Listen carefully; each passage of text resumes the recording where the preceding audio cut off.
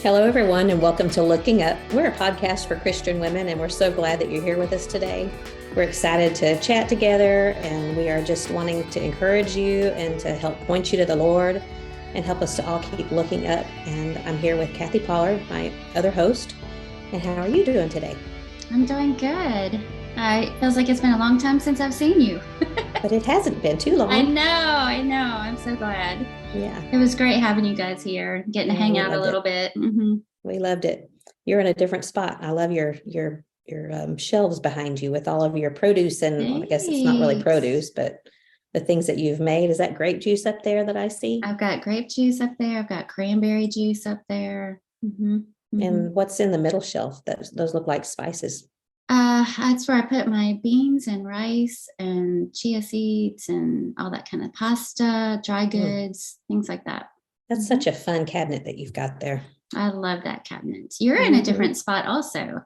Yeah, well, I'm trying to record at home again. The last couple of times we tried to record when I was at home, the internet just wasn't very stable, but hopefully today there's nothing else going on in the house. So as long as nobody else is using any internet for anything, maybe we'll be okay. I've been admiring that picture on your piano. Yeah, that was my birthday present from John. That's a great picture. Had that made. That's one of the ones with the grandkids from Christmas.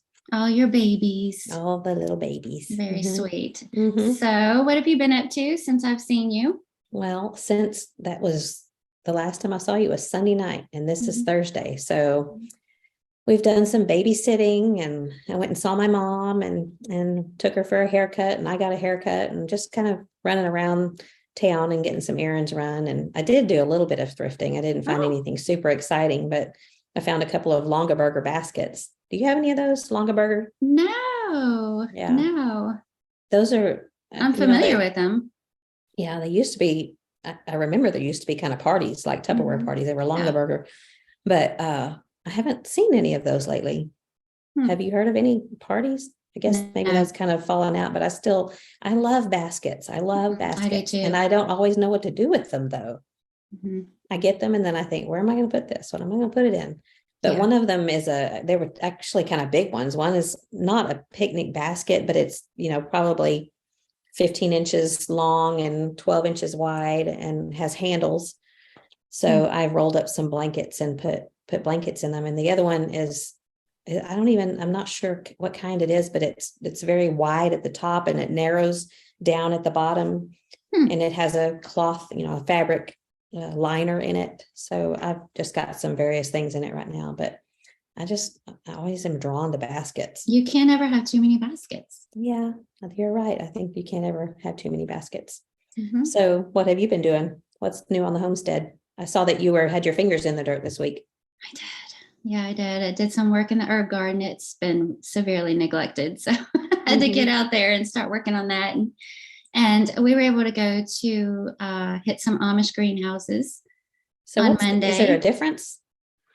I guess they're just owned by the Amish, or? Yeah. Okay. Yeah. We have an Amish community in Scottsville, not too far from here. And that's where I buy my plants that I don't want to try to grow from seed, namely tomatoes, bell peppers. And we also picked up some pole beans and bush beans and some more herbs and just all that kind of stuff. It smelled so good in the truck coming back. All that fresh green and you've plants everywhere. Planted them. No, I'm going to harden them off. Since they were in their greenhouse, I've got them in my house, and then I put them outside for a couple hours, and then I bring them back in the house and I put them outside for a couple hours. And so maybe this weekend I'll put them. What does that mean? Harden them off? Well, I didn't want to take them from greenhouse environment to outside. Oh. So I kind of wanted to get them acclimated gradually. Okay. So a couple hours outside every day, just to kind of get them used to that weather. So it wouldn't be as shocking on them. Yeah. I bought some rosemary. Oh, you did? Is it in your house or outside? It's outside. I don't know if you remember, but I had a huge rosemary plant here at the end of the house that during that freeze, that really long, hard freeze, February of 21. Yeah, it was February 21. It killed it. I mean, it was huge. Oh, man. And I could go outside anytime and just break off some rosemary just to smell it. I love to smell it, but to put in potatoes or whatever. And really, that's the only thing I ever felt like I could grow, because it the cows didn't eat it, the deer didn't eat it, and so it was pretty safe. And I thought I want to try to bring that back. Maybe keep it in a pot this time. Yeah, Rosemary really likes your kind of weather. Hot and dry. Mm-hmm. Yeah. Well, so I've got rosemary, but that's about it. Well, there's a lot of herbs coming up in my garden from previous years, and that's so exciting because I love plants that come up that you really didn't have to do much work for. Mhm. So I've got thyme and cilantro and oregano and chives already all coming up in the herb garden. You've basically got spaghetti Lemon in your balm. garden. I have spaghetti in my garden. That's all right. That's Mhm. all right. And speaking of plants, I wanted to show you. Haha. Look at that. I have Another moonflower? a brand new moonflower. Cherie Mabry brought me this. Mhm. She gave me a little bigger one this time in a bigger pot. Yeah. So I should have a better chance of not killing it. It's not And for those of quivering in you, fear. it's not quivering. Those of you watching, I don't know if you can see, there's another tiny little plant inside it. Mhm. And that one, she sent me a picture of the seed packet, is a morning glory. So it's something different. And it's the kind that's container variety, and it's going to have red blooms on it. So I already thinking I have the perfect pot for that. It's a blue and white ceramic pot. Yeah. That'll be so pretty. Oh, good. I'm excited for you. I just always wish I could have a green thumb. I just don't. Well, everybody has their talents. Yeah. Well, we brought in some dirt and gravel today. I was telling a friend earlier this morning, I was talking to Celicia Grider, and we were talking about money in general. And it just came up how I hate spending money on dirt. It just feels so wrong to spend money on dirt and gravel. Yeah, I spent money on horse poop last week. So. It made me happy. Yeah. Well, horse, this is probably inappropriate for the podcast, but I'm just going to go there. Oh, dear. Horse poop, why does it smell worse than cow poop? I don't know the answer to that question. Well, you should. You're the green thumb. I'll look into it for next time. Okay. Oh, better yet. Friends who might be listening and know the answer to that question, please enlighten us. Why? Inquiring minds want to know. Yeah. I've just always wondered, cow. Anyway, I'll just stop there because it's just getting worse. But I'm glad. I think that buying horse poop is probably it's worse than buying just dirt and gravel. You think so? Well, not worse, just mean it would be harder for me to spend it on horse poop. Oh, I guess I just think of it as it's exciting. It's beneficial to my garden. Yeah. I was glad to find somebody who had it on this farm for me to make use of, since I don't have a horse. Yeah, maybe you should. Probably not. Neil is quaking in his boots right now. Actually, he mentioned a couple years ago that he would not be averse to having a horse. But they take a lot more property, don't they take a lot more room? Yes, and I feel like that's way beyond our skill set. I mean, I have a healthy respect for horses. Yeah. Well, I'm excited for what you have, and it's just you have such a sweet place, and when you have your little calf on there, it's going to be even better. I know. I'm so excited. Hey, I was going to tell you some news about the podcast. Okay. We have listeners now in 31 other countries. No way. Yeah, way. 31 other countries. What's the farthest? Well, Singapore, probably, right? Yes, probably. Okay, that's halfway around the world. So, and New Zealand. Okay, that's pretty far, also. Yeah.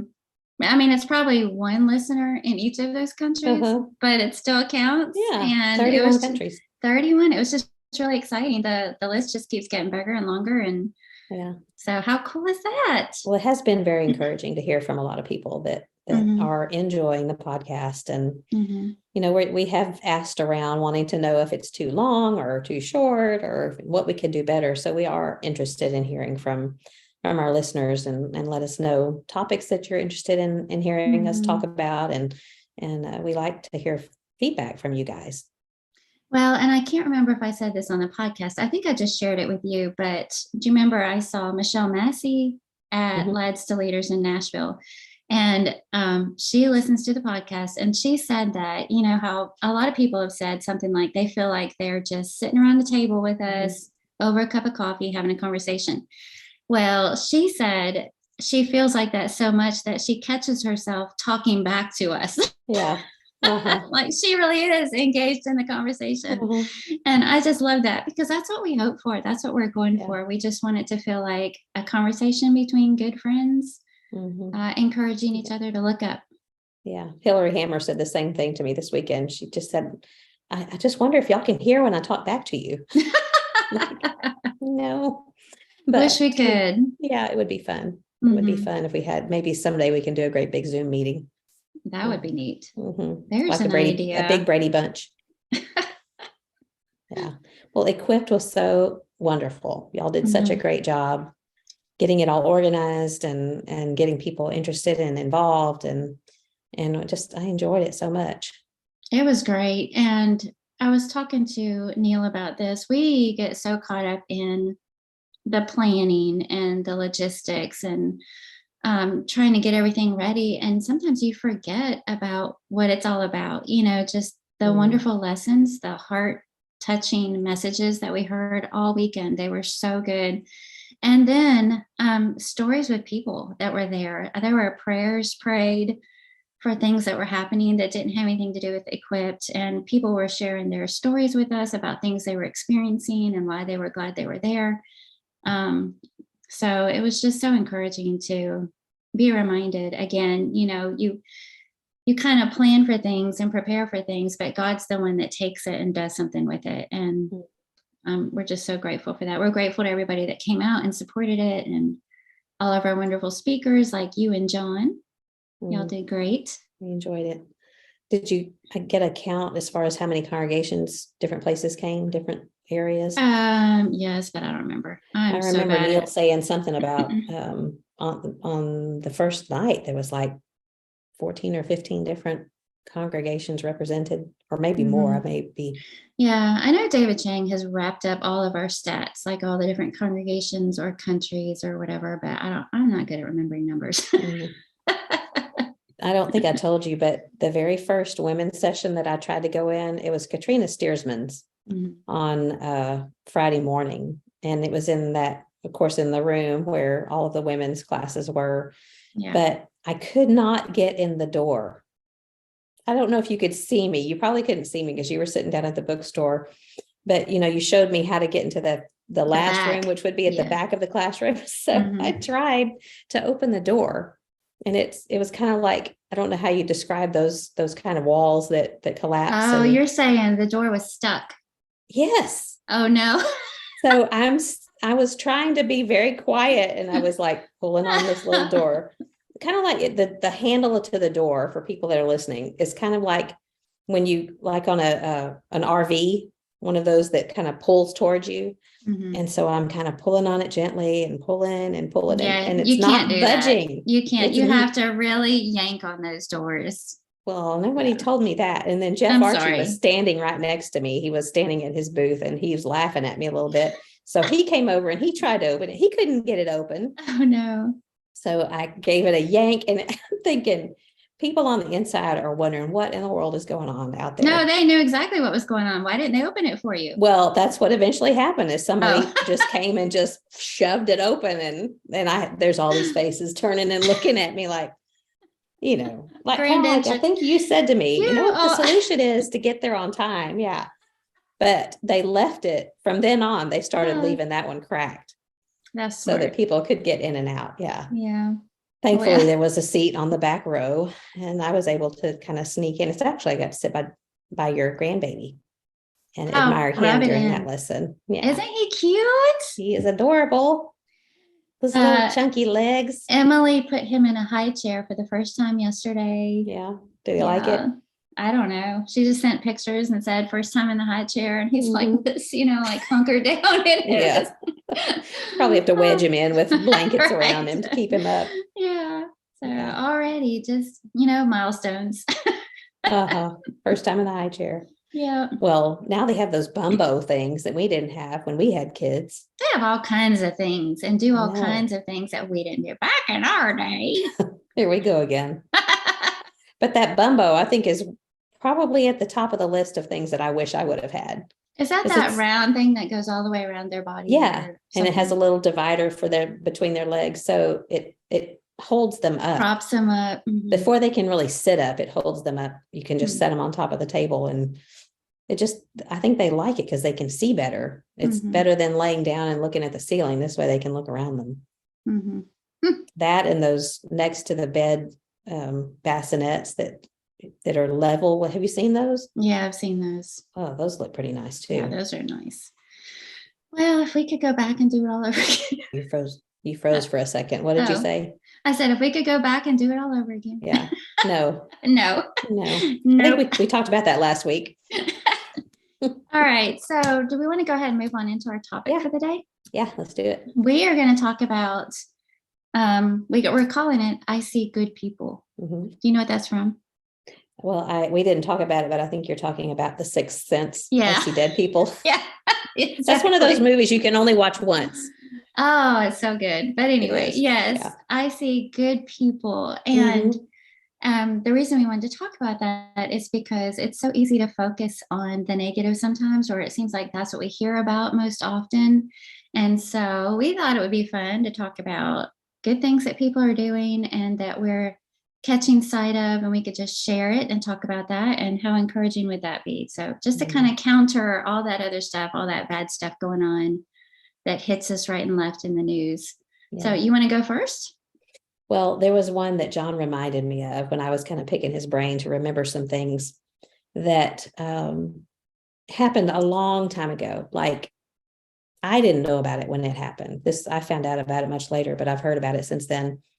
Here in this area, there were, it's about doing the right thing when it's hard to do the right thing, and people see it and it softens hearts. And there were two brothers that married two sisters many, many years ago. And this is not a story. This is true. Okay. And, they were best friends. Then they did everything together, and they took trips together, raised their kids together. And then, I don't know, probably 40, 50 years into the marriage. So they'd been married many, many years. One of the sisters died.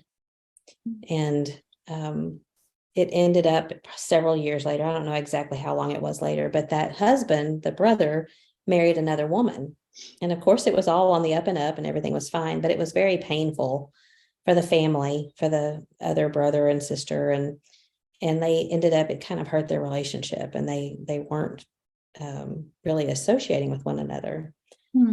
And I think that there were a lot of hurt feelings and hard feelings. And even though it wasn't wrong, but I can imagine, they had been doing things together for so many years. And then here there was another woman in the midst of them, and it wasn't her sister.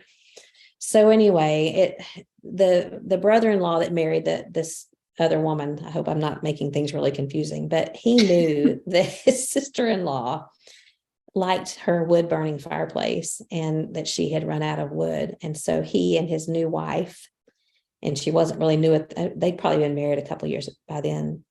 They took a whole cord of wood over to her house without her asking for it, without her knowing. And she was in the house, but they just took it over and they started unloading it, and they unloaded it into her front yard where she kept her wood. And it was just one of those things they did for her, even though she probably had not, I don't know that she had been unkind, but she had not really been associating with them because she was hurt. And they did the right thing. And it just makes me think of that saying, it's always right to do right. And it's never wrong to do right. It's never right to do wrong. And it's always wrong to do wrong. And I probably mixed that up. But anyway, I've thought about that, and John reminded me of it, and how she didn't ask for it. Maybe she didn't exactly deserve it, but they did it for her anyway. And I just thought that was a neat, kind thing to do. And did it change their relationship? It did. Yeah, that was a very important thing I left off, but it did change their relationship. And I don't think it was necessarily immediate, but it kind of opened the door and made things a little bit easier for them to repair that relationship. And I'm sure things were never the same, but things don't always have to be the same to be good. Yeah, that's right. Mhm. That's a good one. Good way Yeah. to start off. Yeah. Hmm. What about you? What have you thought of? Well, I was kind of just thinking about things that happened this week. So the easiest place for me to start was with Equipped, because we just had this workshop, and I was able to see so many good things that happened in this one little weekend. And I'll just run through some of the things that I saw. And I know there were tons more that I didn't even see, but Yeah. You had already mentioned Hillary Hammer in this podcast, and she's a very busy woman, and she's got children and business and just lots of responsibilities, and she's always hosting things, and she's very busy. But she had said that she would come help me set up the bookstore, and the way she put that was, just tell me what time, I'm going to give you this whole day. Mm. And and I knew what a sacrifice that was for her. She didn't act that way. I just knew what a gift that was. And she showed up that day. She got there before I did, even the next day, and she was putting her own little special touches and things on the bookstore. And I just thought that just touched me, because she volunteered to do that, and in such a generous way. And then I saw things like Caitlin King. I don't know if you met her or not, but they have small children, and I'm pretty sure they were at every single session. Wow, that's not easy. Even when she was walking around bouncing babies, in the fellowship room or whatever, they just made it work, and they were there throughout the whole thing with a smile on their face. And I think about things like that, and those young families that are in the trenches with the small children, and taking them to these events when it's not easy to keep small children happy during lecture after lecture after lecture. Yeah. But how encouraging that is for the rest of us, to see them doing that. And then we had two women, Dana Simpson and Jennifer Harrison. Both of them had birthdays during Equipped. And I didn't Dana know that. Simpson, yeah. Do you remember the day that Dana Simpson made sourdough cinnamon rolls? That was her birthday. So on her birthday, she shows up at Equipped with sourdough cinnamon rolls for everybody else. And they were delicious. I had some later. Yeah.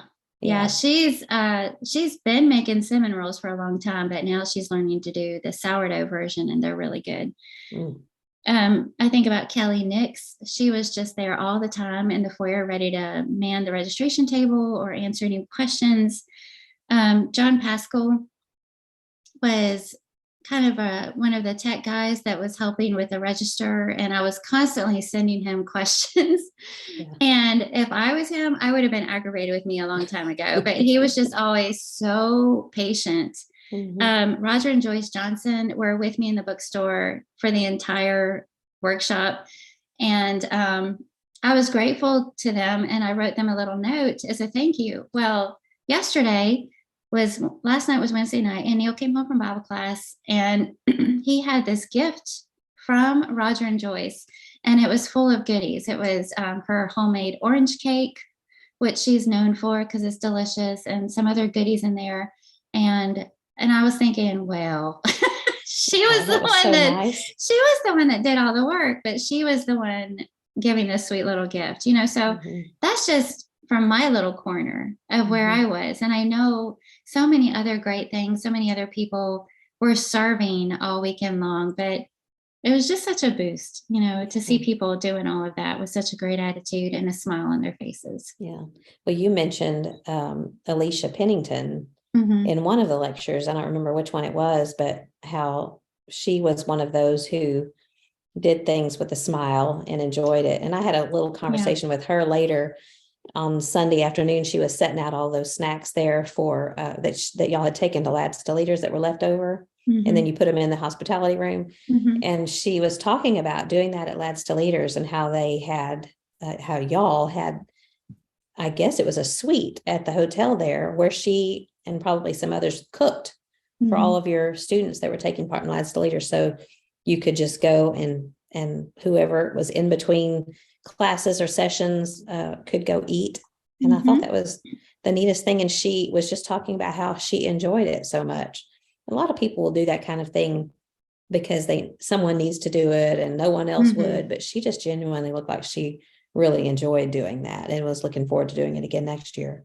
And she always does. So whatever project she's involved in, that's how she makes it seem like she feels, whether she does or not, and sometimes we get caught up in that kind of stuff, like you say, because we feel like somebody has to do it or it's expected of us. And we kind of play the martyr about it. Yeah. But she just never does. She just acts like she's honored to be able to serve. Yeah. Well, it was fun getting to meet people. And I think I met a lot of them several years ago when I was there, but hearing you talk about certain ones, and now I was able to put a face with their names. And side note here, while I'm thinking about you, I think that may have been when you introduced me before my lesson. And I wanted to tell you, I felt so bad afterwards. Why? Because you said all those nice things about me. And the last thing you said was, she's the nicest person. And I immediately just got up and said, I am not the nicest person you'll ever meet. And then I just got into my lesson. I didn't ever thank you for your introduction. So I wanted to publicly say, I am sorry. Oh my goodness. Because I know it's maybe a little silly, but I'm always at that point, and you can probably relate, when you get up, you're just thinking about, how am I going to start this lesson? And I'm not thinking about what you just said. And I just felt terrible because you said so many very sweet things about me, and I appreciate it. And so I'm sorry. That is very tenderhearted of you, but I promise I didn't think anything of it. Okay, good. All right. So we can move along then. Yep. I wanted to gush a little bit more though, because I've had opportunities to introduce you before, and I feel like I always say the same thing. I feel like I go back to that time years and years ago when I first had a conversation, like a conversation of any length with you. And I remember thinking, I just want to be her friend. And so I didn't say it that way. I just said that pretty much anybody who meets you wants to be your friend. But I was thinking about that again. And who knew from that moment, all those years ago, that we would be good friends and even co-hosting a podcast together. Yeah. Who knew? Fun. Do you one of the things that I remember, I know we're taking a little rabbit trail here, but it's okay because I've been wanting to bring this up and I keep forgetting. One of the first times that I really knew that you were a true blue friend, we were standing in the kitchen at the little house in Denver. I can remember exactly where I was standing, and I was complaining to you that the washing machine was making our towels smell bad. And they were the towels that I brought from here, from Dripping Springs. Do you remember this conversation? Vaguely. And I was saying, I don't know what it is, but any towel that I bring from here and wash there, it would smell bad. And I can remember the look on your face. Oh boy. Because I'm holding a towel and it was, out of the washing machine. And you're standing, you had your back to the sink. And I'm holding this towel and I'm just saying, and I can't understand why these towels stink so bad. And you looked at me and you very slowly held out your hand, like, let me smell it. And I said, no, I'm not going to make you smell this towel. But I thought, okay, there is the mark of a true friend who is willing to smell a towel that you just said stunk really bad. So not the beginning of friendship, but one of the times that I thought she's a good friend who's willing to smell a stinky towel. That probably just comes from being married to Neil, who's always wanting me to smell things. It's like, what's that? Smell this. No. Anytime anybody says, if they don't say, this smells delicious, smell this, I'll do that. That's right. But anytime someone says, oh, smell this. No. Okay. All right. We did digress there. We just a little bit. Yeah. Okay. Is it my turn to talk about? Your turn. Okay. When I was thinking about this, I thought I'm just going to leave so many people out because we have just been recipients of so many kindnesses over the years. And so I was trying to think of other things, not just done for us, but one of them that I know I've mentioned her before on the podcast, but I I just can't say enough about what she does. Melissa Lovelace is her name. And she lives not too far from here. She doesn't live in Dripping Springs, but she's a member here. She is one that she'll spend Sunday afternoons every year training the kids for Lads to Leaders, getting them ready for competition. She goes and buys huge buckets of candy, and the kids love it because she'll ask them a question. If they answer it right, she throws a piece of candy at them, and it's the good kind too. And it's like the little miniature chocolates and things. Oh, nice. But she just thinks of things before you even know that you need them. She'll do it for you. She's the one that brought us that envelope full of $51 bills when John was in the hospital, so that we could use them in the vending machines. Remember that? And yeah. she has made quilts for people. Like, she made one for us when we left Dripping Springs, when we started doing the back and forth to Denver. She made one for my parents when they retired, for John's parents when he resigned from being an elder. She organized everyone in the congregation signing a little quilt square, and then she sewed them all together and made ours is huge, a huge signature quilt, which is just one of those keepsakes that you just can't ever forget something like that. But she will show up with food when anybody needs any food. She's just Johnny on the spot with things like that. And she's one that doesn't like any attention on her, but she will do anything for you. And she's just very memorable about things like that. And I just love her to pieces. Well, you're kind of like that. Not like she is. Not kinda. You are like that. No. I always think that about you, that you have a knack for thinking of something so thoughtful and practical in the moment, because I know it's true, because I'm always going, oh, why didn't I think of that? Well, this is not supposed to be about us, right? So thank you, but. Oh, you're welcome. Okay. I'll send you your money later. Okay. Well, again, so I'm just doing things that I've seen this week. So we didn't talk about this ahead of time, or maybe we would have handled it differently. But so Tuesday of this week, 2 wonderful, thoughtful things happened on the same day. And one of them was Mike McGuire and his son Jared McGuire showed up with their chainsaws to work some more on those fallen trees on our property, because some really, really big ones came down. We've already talked about this on here, that were bigger than what we could handle with the tools that we had. And they just spent a few hours of their day out here. They just got to work, and they volunteered. Neil just said that they offered to do that and they were going to show up. And then on that same day, Ken and Sally Ware, who are brand new members at Lehman Avenue. He has that wonderful voice. Yes, he led singing on Sunday morning. Mm-hmm.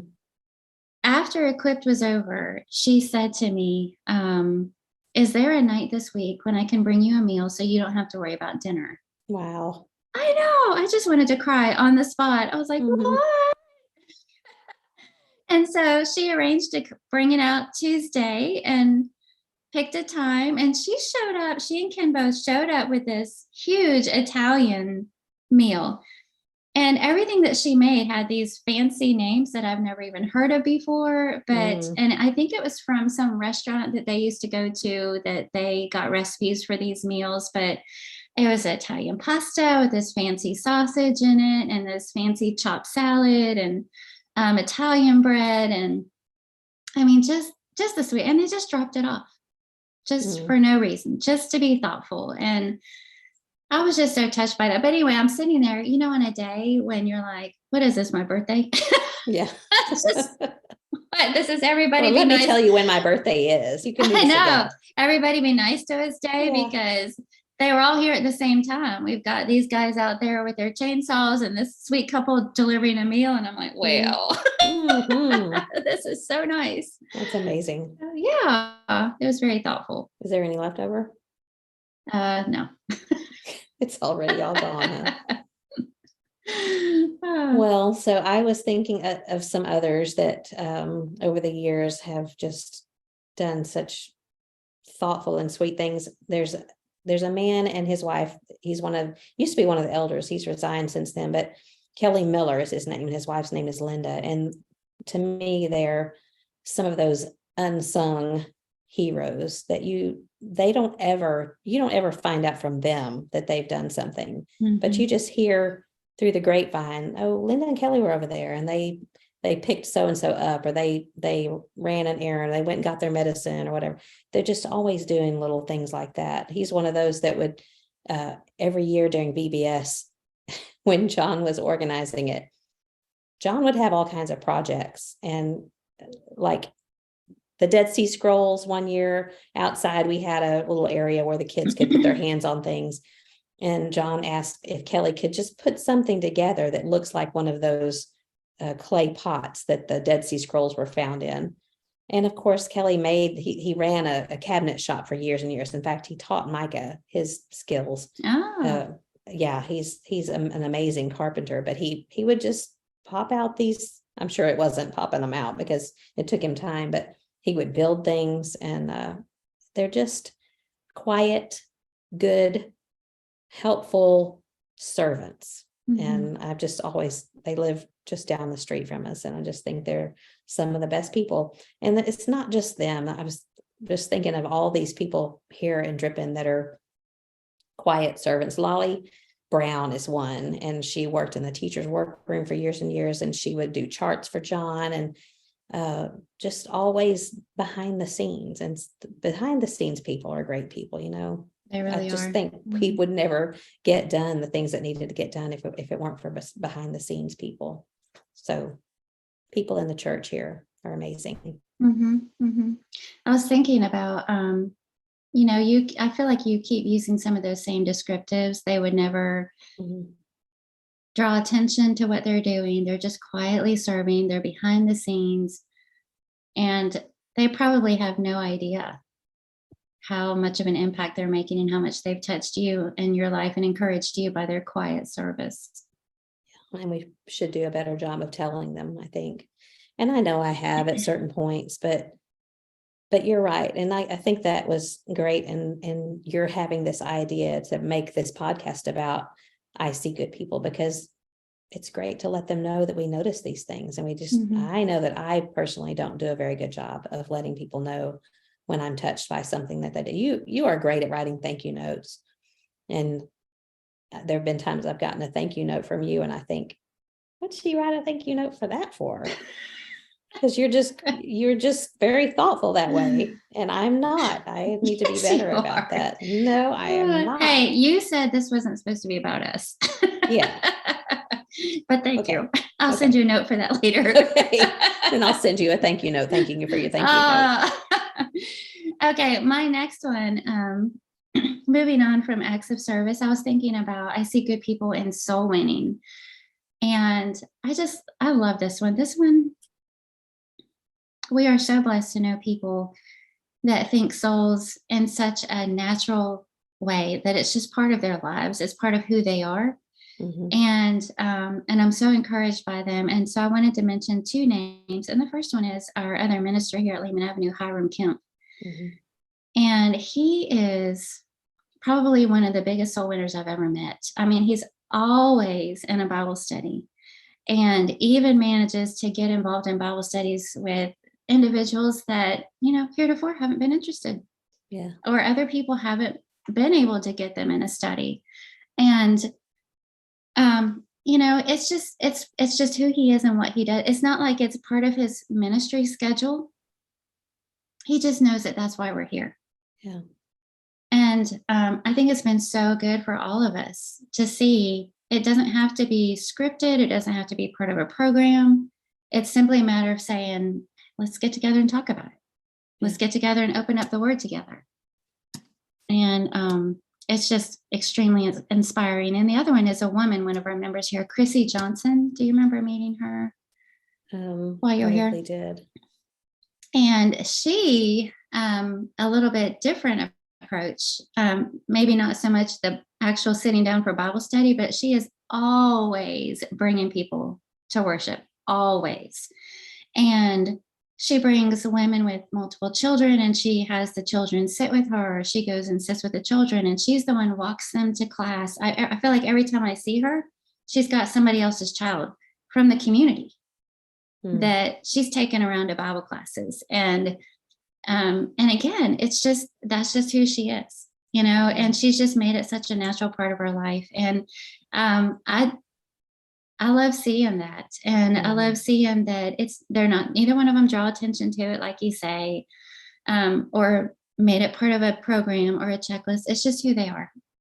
And it's them seeing the people around them that God's put in their path and doing what they can to lead them to Christ.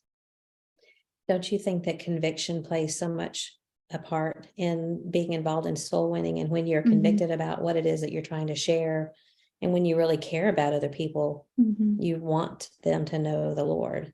And I think I've struggled with this in the past as far as maybe seeing it properly. I would think that soul winning is about inviting people to church. Yeah. But it's, that's a part of it, but it's so much more than that. It's basically, to me, soul winning is wanting everyone to know about the Lord and what he did for us and the salvation that he offers. And when we really are convicted that how valuable that is, that's going to be what spurs us on to invite other people. And I'm still not great at it. I still have to adjust my mindset and remember that this is something that I have that I want other people to have. It's just, I guess we are afraid of it because of the way the culture is now, but it shouldn't be at all. Another thing I've learned from these two, go ahead. No, you were finished, is that, how we always say that relationship is important and you have to build a relationship with people before they're care what you know about the Bible or whatever. And I feel like I really grasped onto that idea, but to the point that it keeps me from seeing other opportunities that might be there. Because Hiram hit the ground running. He was in Bible studies as soon as they got here. He didn't have time to develop a relationship. He just jumped right in. And, one could argue that his job makes that a more natural thing to do because he's a minister of the gospel. But I don't think that's why. I think he just, finds out that this person doesn't know the plan of salvation. This person doesn't know the gospel. This person might be willing to sit down and talk about the Bible with him. And with Chrissy, a lot of hers are people that she comes into contact with through her job. She hasn't taken the time to make a relationship with them. A lot of times she sees a need and addresses it and then invites them to church, and I still believe it's true that relationship is important, but not if we're using it as an excuse where it's going to take all this time to build this relationship. And maybe at some point I'll share the gospel with them. Maybe it's a matter, again, like we've talked about a few weeks ago, of personality. As some people do need that relationship before they're going to listen to what you say, talking about the receiving of it, not necessarily the giving of it. And then others, they're just going to be interested because they welcome anything from anyone and have open minds and hearts. Where does Hiram in particular, where does he find these people? Is it like just running into them on the street, or? Well, some of them were members here not members, but people that had been attending that weren't Christians. And some of them are relatives of some of our members or just visitors, or that's been the bulk of them, I think. Okay. Yeah, he's interested in people, and you can tell. And I think that more than anything probably opens hearts when they know that someone is interested in what they have to think or feel. I know I told you about this and I posted it on Facebook last week, but maybe there's some people listening. Danny Williamson, he's John's cousin. He's one that did CPR on John, but he he got to know this guy named Dylan on the job. And I thought I was mistaken. I thought that they worked together, but somewhere they came into contact with one another on the job. And Danny if there will be some people who know him and know what I'm talking about, he's very straight face. Like, he wears the same face all the time. He doesn't smile a whole lot. In fact, he'll scowl at you, but it's kind of part of he likes to play that kind of shtick, if you will. And, but he invited Dylan to come to church. and he introduced him to John, and not just John. He introduced him to Adam Warrens and to Jacob Rutledge and to several others. But John's been studying with him over the last month or 6 weeks or so. And last Wednesday night, he obeyed the gospel. Not just him, but Dylan brought his friend Tanner to the studies as well. And so Dylan and Tanner were baptized last Wednesday night, about 10 o'clock after Wednesday night class. And Denny told me that Dylan told him, if John hadn't made it, he wouldn't be here to study with me. And his point was, Dylan was saying, and Denny wouldn't say this, but what I drew from that, if Denny had not done what he did with John with the CPR and saved his life, and of course I know God is the one that saved his life, but Denny had a part, then he wouldn't have been there to study with Dylan and Tanner. And Denny is not one of those that would be willing, I don't want to say willing, but he would not be comfortable sitting down and studying the Bible. He'll sit in there with you. Mm-hmm. In fact, when he came to the building, John had been studying with him on Wednesday night after class, and we had to call Denny to come back when they said they wanted to be baptized.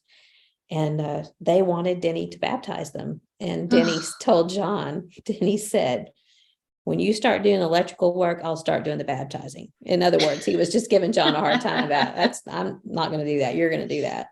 And you kind of have to know Denny. He's hilarious. And I call him Superman. He's my Superman. Mm-hmm. But, we have to have people who will bring people. Mm-hmm. You may not be comfortable or feel like you know enough or are confident enough to lead a study, but you don't have to. You can bring someone who is confident to do that. Mm-hmm. You can live your life in such a way that draws others to Christ. And I just loved, I keep thinking about that. That happened a week ago, and it just keeps coming up in my mind. And I keep thinking about the what ifs and the providence of God, and how God used Denny and God used John, and God will use anyone who's willing to be used. And so I'm just so thankful that happened, and they're just great guys. I'm glad you shared that on here. I saw that when you shared that after it happened, it gave me chills to read about that. And Denny saved John's life physically, and John was able to turn around and save Dylan and Tanner, yeah, their lives spiritually, God, of course, yeah, but obviously. And then Denny bringing them, again, it kind of goes to what we're talking about, all these little things that we think are small and insignificant, and God's the one that really does the good stuff with them. Mm-hmm. We just look for ways to do our part. I'm glad you shared that. We plant the seed. That's right. Yeah, God brings the fruit. Yeah. Yeah. So is it your turn or my turn? Well, that was my soul winning one, so I think it's your turn. Okay. Well, I was thinking about people who, again, are always helpers and always servants. And there were actually there's three, and I know there's way more than this, but Rob and Martha Bluen are friends of ours they live in Franklin, New Hampshire. Actually, I think they live in a different little town by now, but it's very close to where they used to live. They're the ones that are always behind the scenes. Again, they do a lot of behind the scenes help at PTP, but they host a lectureship up at Lakes Region Church of Christ up in Tilton, New Hampshire. And Mom and Dad used to go years ago, and they would vacation up there in October when everyone is leaf peeping. And they got to know this congregation, and they got to know Rob and Martha. And their story is really cool, how I'll have to share that a different time, but through a VBS, they were able to convert another family. But anyway, when Mom and Dad got to know this congregation, then they started to organize this lectureship that they have every year. And it's been about at least 25 years. I want to maybe even more, because I think it's probably 30, because Jacob was born when they first started that, and he's more than 30 years old now. But they're just the kind of people that will show up to help. But they came to Dad's funeral all the way from New Hampshire. They didn't tell us they were coming, but when they walk in the door, and Mom, they're some of my mom's favorite people. And when you see that and your heart is grieving, there's just a balm that comes from people that show up when Mhm. when you need them, and you don't even know that you need them, but when you see Mhm. them, it just fills you with joy, and you need it. Jeff Jenkins did that with John. He showed up to Grady's funeral when John's dad died. He just walked in the door.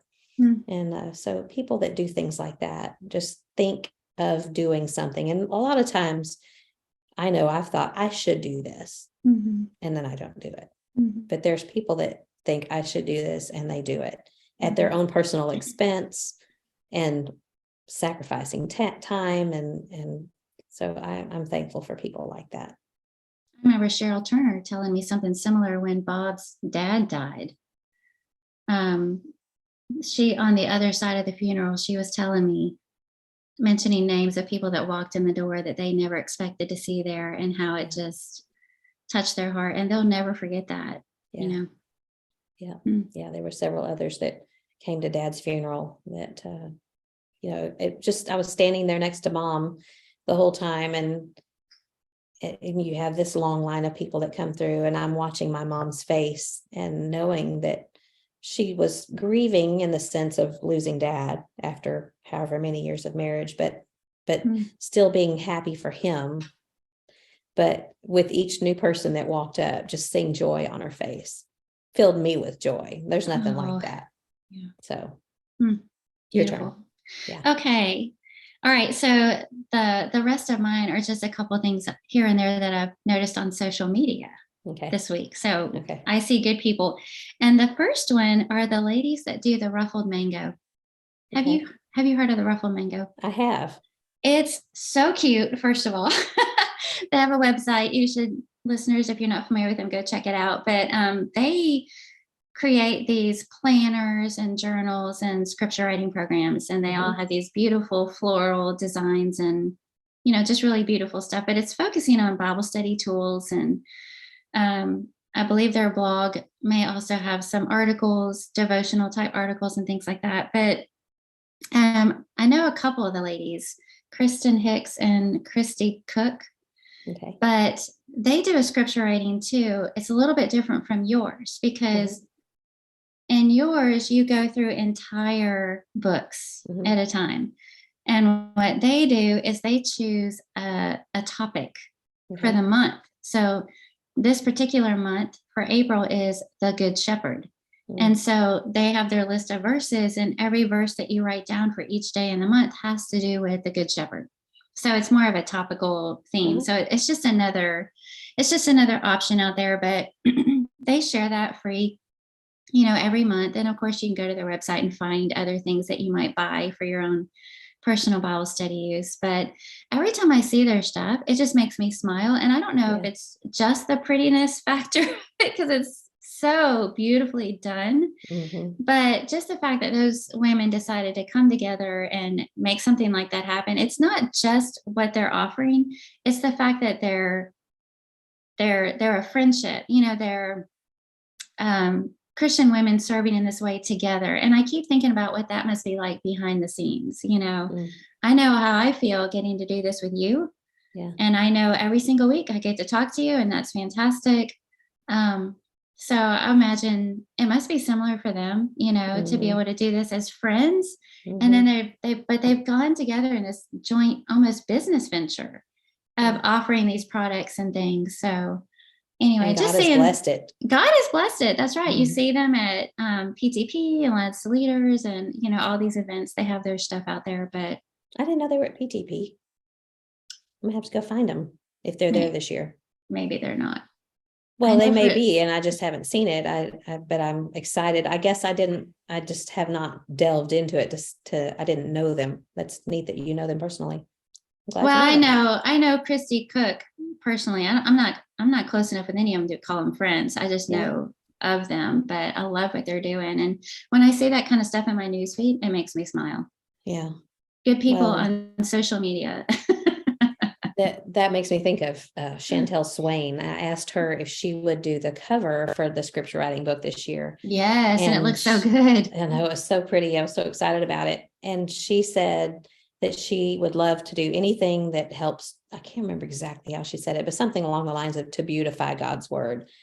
And it made me start thinking, because, there are people that do the, I can't remember what it's called. Aaron Sprouse does it, but decorating pages of the Bible. Oh, And yeah, it's like the not doodling. Doodling makes it sound journaling. like it's, Don't they it's call not it? even something like that, but they're drawing. Aaron draws things out and like illustrates passages and scriptures, because that's how her brain works. And I think Chantel would probably say the same thing, that she's very artistic, and I'm just not. So I tend to think more analytically. And so I'm drawn to more analytical or, black and white stuff. But those artistic minds, they just approach things differently. And I think that there is a place for everyone, the way everyone thinks and processes.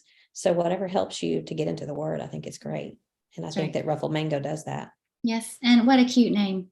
Yeah. I wonder how they arrived at that name. They share that story on, you can go look it up. They share all that kind of stuff. And I think they refer to themselves as mangoes. Maybe we should be. We should be something. If you could be a fruit, what would you be? You'd be a kumquat.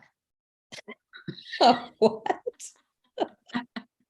That just came out of the top of your head, huh? Well, you'd be a kiwi. Oh, we're digressing again. All right, it's your turn. Okay. There's people that just think of things to do that I always wish, why didn't I think of doing that? Carla Hoagland is one of those. And something that I heard, Lynn told me about this, that Carla is organizing. Lynn Height told me that Carla Hoagland is organizing. It's kind of something, I think she's calling it Get to Know the People in Your Pew.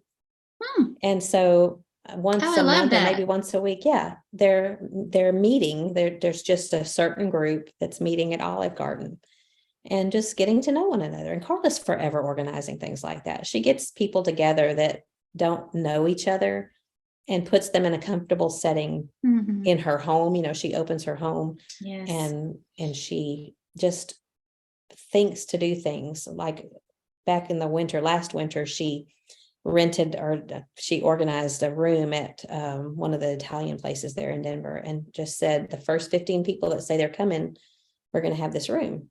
And so of course it was Italian food and it was fun people in the Hoaglands. So we signed up and we sat with people that we had never really sat and talked with before. And so it just opens doors for things like that you just typically aren't going to maybe put yourself in that setting, but she makes it comfortable, and she's just really, really good at that. So she is good about that. I remember that. And she comes up with cute ideas too, and themes. I remember one time she had different people over in her backyard for chicken and waffles.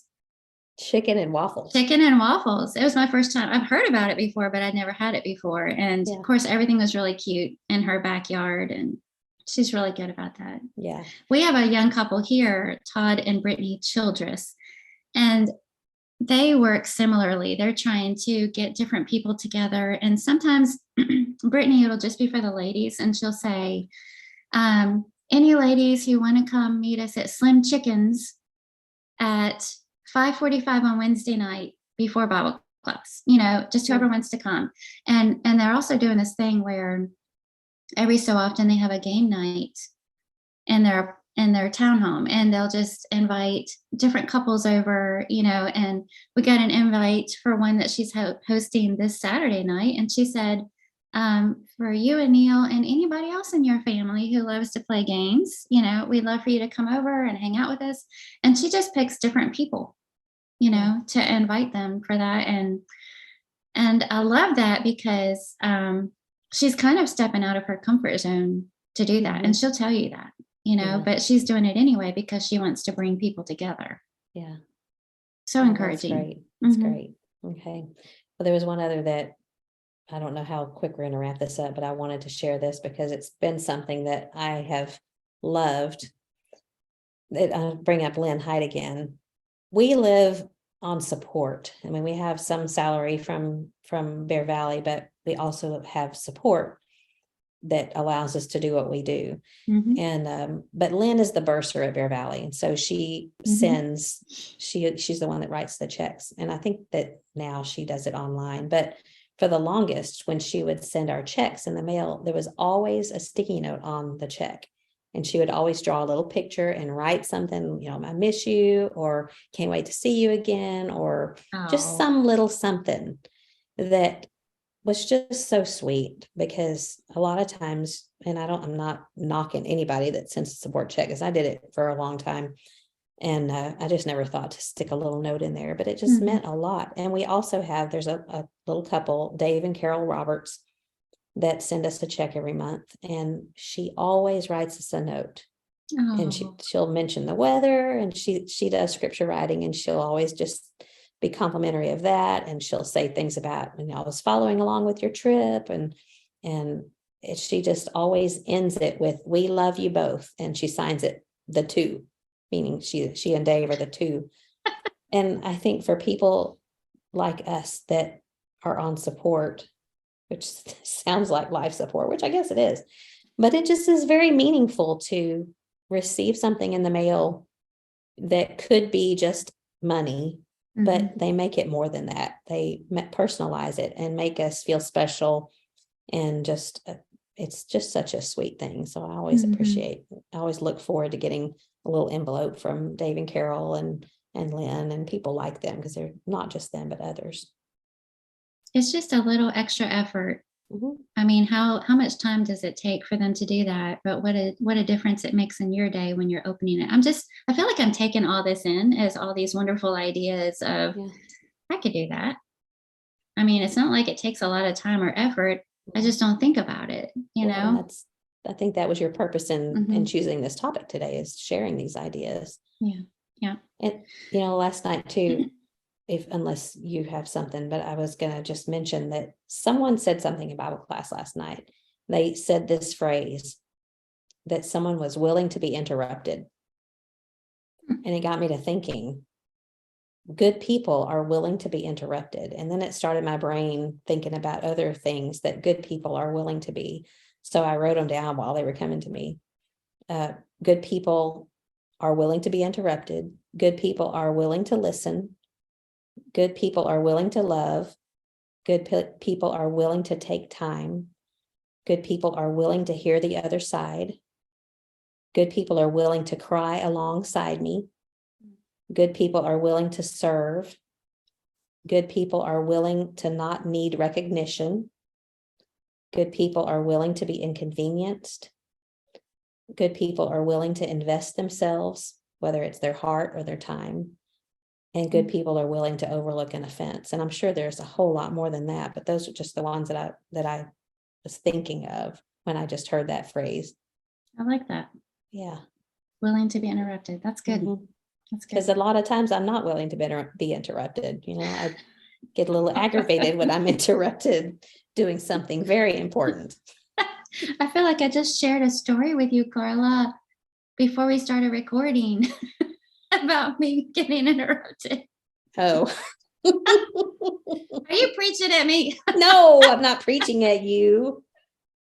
You need to. I wouldn't have brought it up if I was preaching at you. I didn't even think about that. No, that was different anyway. I know, I'm kidding. I did want to mention really quickly, another one on social media is John Warren's and his sticky reminders. Yeah, I love that. He writes these little sayings on Post-it notes and calls them sticky reminders. And it's always something good to think about. And I love it when good things show up in my newsfeed. And he had shared, to hear with my heart, to see with my soul, to be guided by a hand I cannot hold, to trust in a way that I cannot see. That's what faith must be.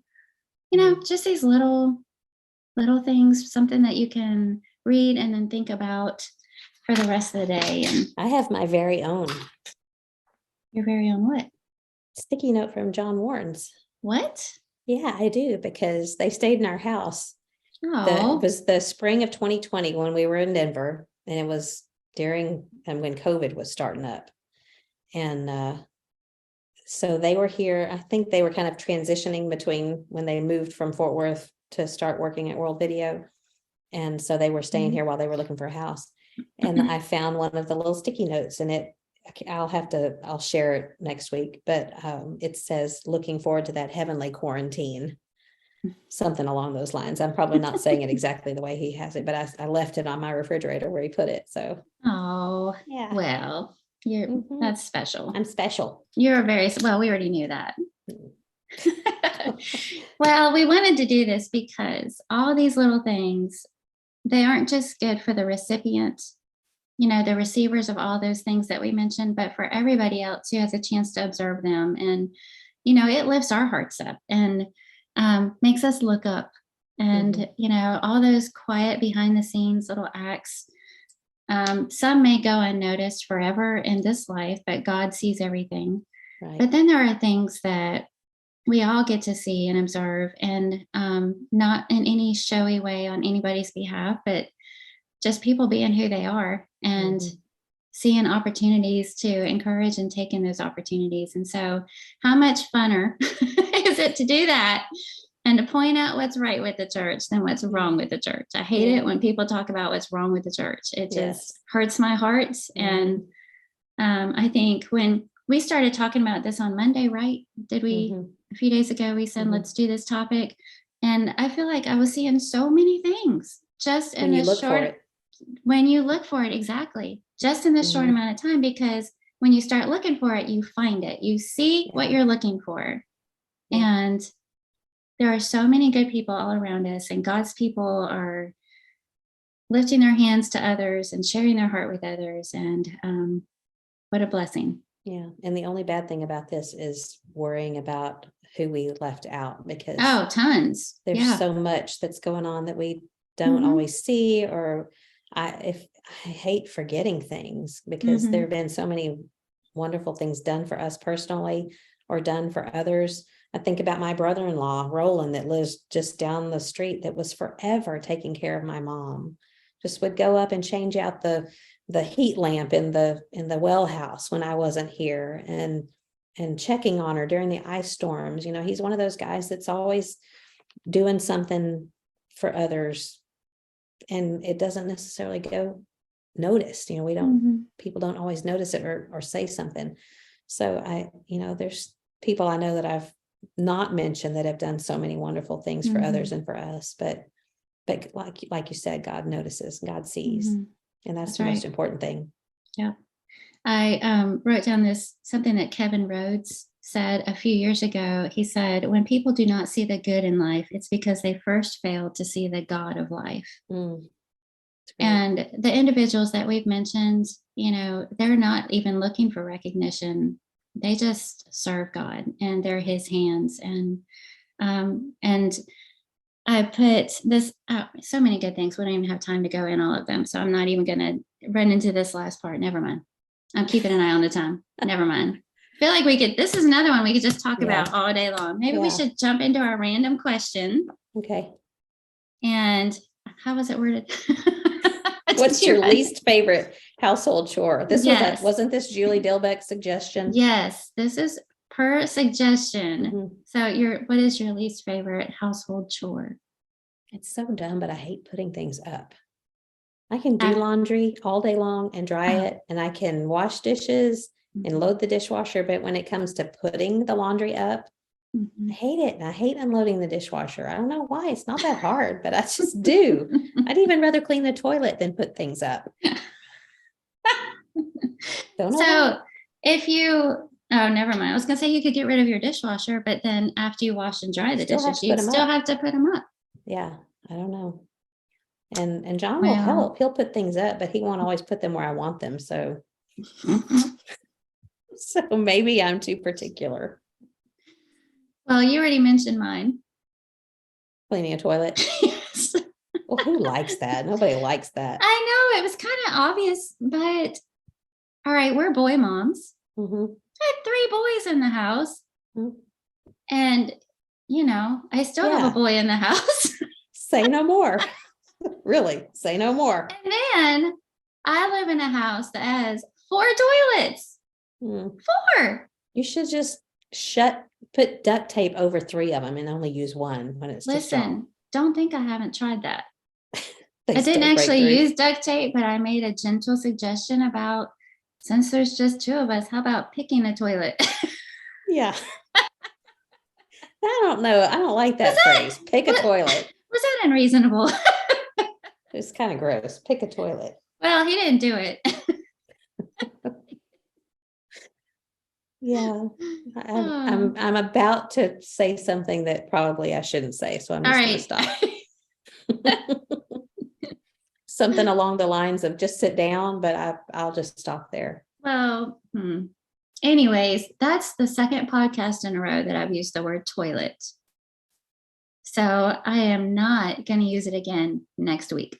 Okay. We will hold you to that. Okay. Well, don't gig it out of me either, Carla. I know you. Okay, let's see on social media how many of us can get her to use the word toilet. Oh, brother. Toilet. Oh, my children are probably mortified by now. If they weren't last week, they now are.